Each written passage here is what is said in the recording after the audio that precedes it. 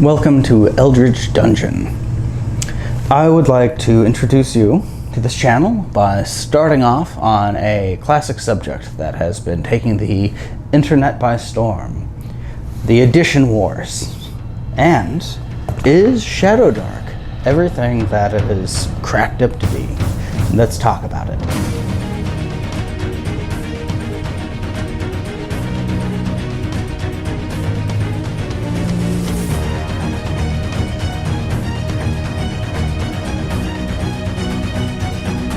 One of the things that has been pointed out, I know about it because of Dungeon Craft, he mentions two very different philosophies. The Advanced Dungeons and Dragons, how it was kind of the heart and the soul of a lot of game developers who put time and effort into making it, and people who had deadlines. While I do understand what he's saying, I have to admit, as far as a fun functioning game goes, I do actually really prefer 5th edition. Its simplicity and streamlined nature makes it a lot more fun to just sit down at the table, roll some dice, and, well, enjoy yourself. Calculating things like THAC0, well, it's not really my thing.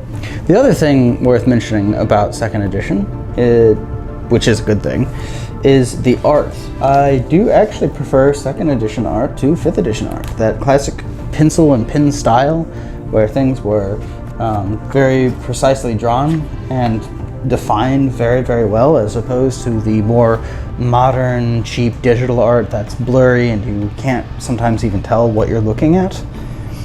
I gotta give that to 2nd edition. There's one other thing though. The old school D&D it had stitched binding. That means that all these years later, this still works. The glue, it is falling apart, it's cracking, but the pages still hold. There's going to come a time where my beloved copy of 2014 Dungeons and Dragons starts to crack and fall apart from use. That will be a sad day, but it's a reality. This wasn't meant to last. What do you do when you've played an edition like this long enough and you would like to maybe fix some of the things that bugs you? Well, you can either constantly fight it. I wanted to run a brutal, tough campaign and I ended up having to scrap a bunch of the rules in it. Or you can switch, play something else. And that's sort of what I'm doing with Shadowdark. Shadowdark has a lot of the themes that old school D&D had, where it's very tough and punishing, but also allows you to be more open-minded and creative when you're coming up with solutions. But it has a lot of the simplicities of 5th edition, just without the bloat. The other thing that's really incredible about this book versus this book, even though it's smaller in size, and not much thicker. It's pretty thick, maybe a little bit thicker. It manages to somehow cram all 3 of these books into one: the Monster Manual, the Dungeon Master's Guide, and the Player's Handbook. It crams it all into this one package. It appears to be stitched, so it should last a very, very long time. It has a nice little ribbon in there, and it has art that evokes similar themes to 2nd edition, but is much more consistent. In some ways, this may be truly the best of both worlds. Imagine a tale of two tables. The first senses that you have coming to you is your sense of smell. Your eyes crack open and see nothing in the total blackness. While you can remember somebody snapping their fingers and putting you to sleep, you can't remember anything about yourself. It seems that you are suffering amnesia. Now, that's your start. You describe waking up in this cold, cavernous cave. Your loot is nowhere on your person, and your hopes is that the player will wake up and find their loot. And immediately we get, excuse me, I can't be put to sleep by magic. Oh, well, I mean, okay. I can kind of work around that. Oh, also, I have dark vision. I can see in this dim light. Okay. Well, oh, also, I'm reborn, so I don't sleep, and magic can't put me to sleep. Guess you gotta scrap your story now. Or you have to be very mean to your players, and you have to tell them, oh, you can't play, races outside of the handbook. You can't have feats and invocations that do these sort of things. You're going to just nerf and limit, and then the players complain, and they get upset because I had all these cool character ideas. That's one story. Another story. Oh, geez. Well, I'm going to start feeling around for stuff. Ah, you find what feels like your torch. And if you only had a way to spark it, you could light it. Oh, hang on, I found something over here in this corner. It feels like my old flint and steel. Can you light this torch for me? Torch ignites.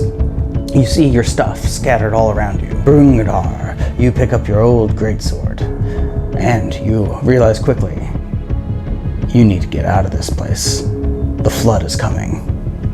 Switch back to the other game. Oh, actually, I can breathe underwater. One, you can tell a story, and then hand that story, that first chapter, so to speak, off to your players. And your players can take over and drive the narrative from there. The second story, you better build around every single mechanic that you can find in this book, in Tasha's and Xanathar's.